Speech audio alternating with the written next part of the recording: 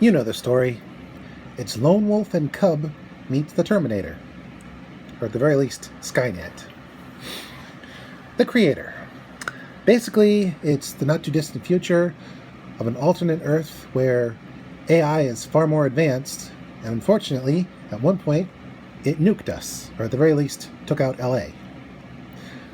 Now, years later, a cyborg soldier is tasked with tracking down the creator of the AIs, the lead scientist, as it were, and taking him out because, while in the US, robots are banned, or at the very least, advanced robots are banned, in Asia, they live in peace with humanity. And I guess the US is kind of jealous that they worked with their AIs and we couldn't. So the US forces are kind of throwing a hissy fit. But lo and behold, the cyborg discovers a supposed weapon that'll end the war in favor of the robots. It's actually just a kid, a robot kid. And no, it's not Haley Joel Osment this time.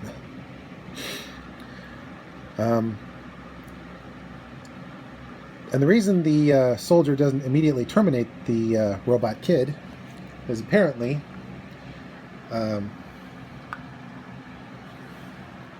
she knows where the soldier's dead wife is. And it turns out she's not dead. So they go on the run to try and find her. And this story is actually pretty decent. Despite being over 2 hours long, well, 2 hours and 13 minutes, it flew by.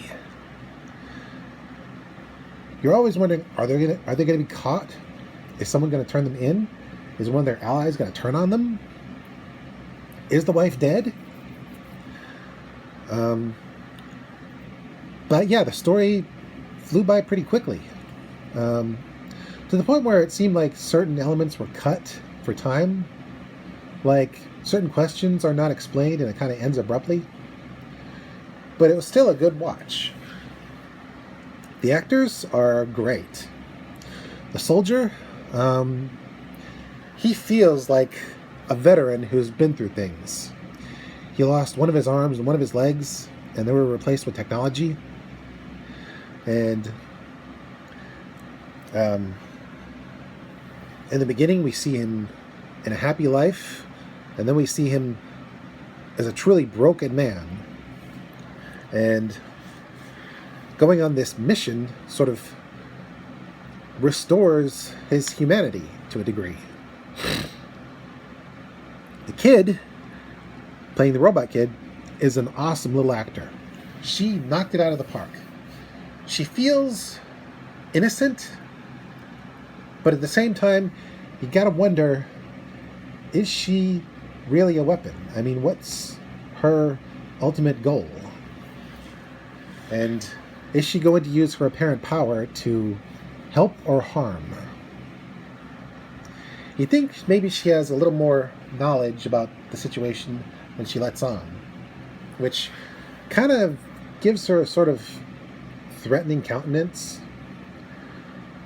I mean, she's cute, but she's also potentially lethal, like a kitten. And they work well off each other, the soldier and the kid. The villains are basically humans.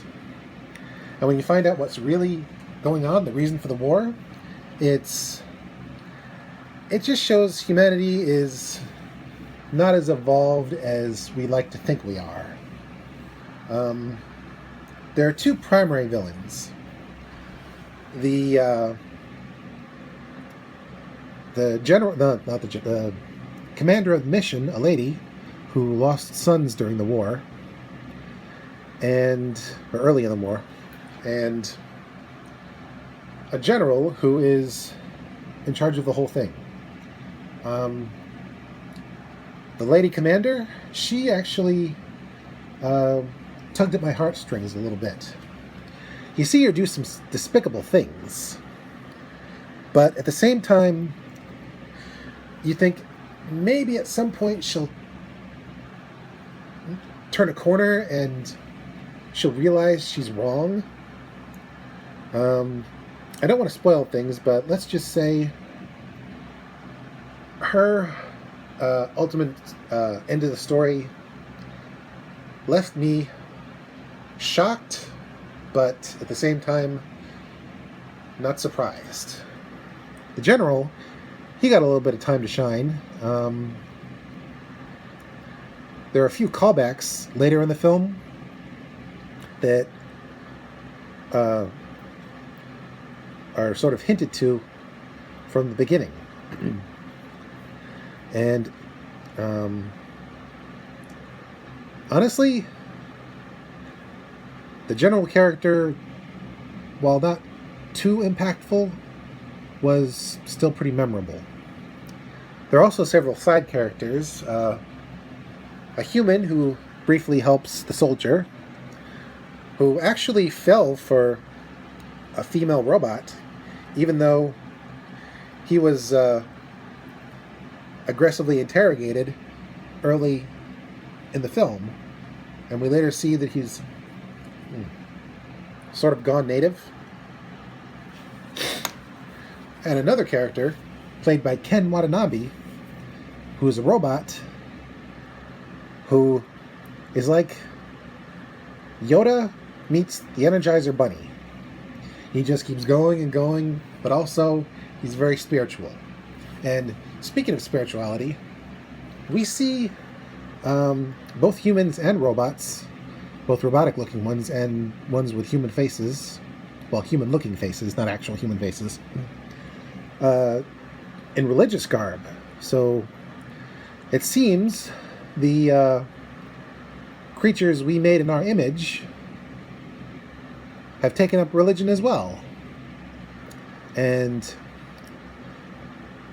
it's very trippy, to be honest. One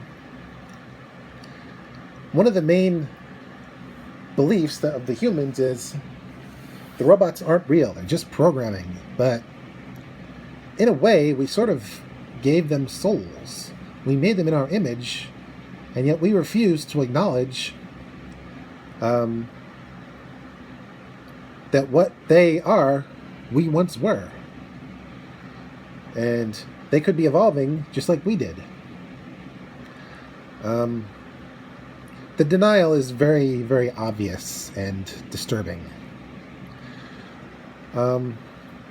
Overall, I would call this not a space opera, but a sci-fi opera. I'd call it low-budget Star Wars.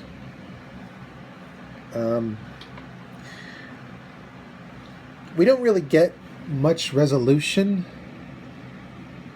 but there might be room for maybe a sequel to show what happens next, though the story itself is pretty self-contained. Overall, I'd call this a pretty decent modern sci-fi action piece with the most realistic robots I've ever seen.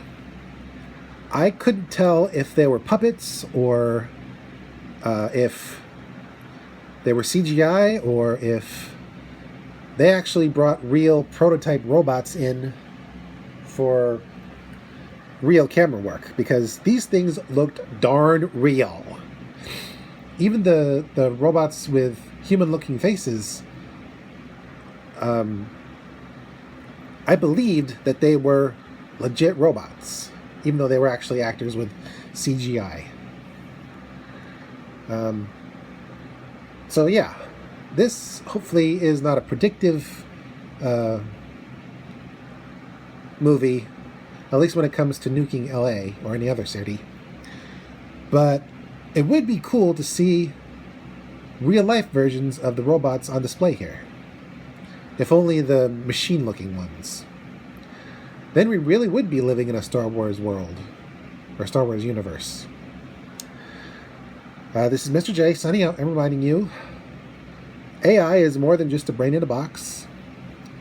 It's us becoming like you know who upstairs. But are we really evolved enough to carry that responsibility? Also, don't be mean to robots. They're only as good as their programmers.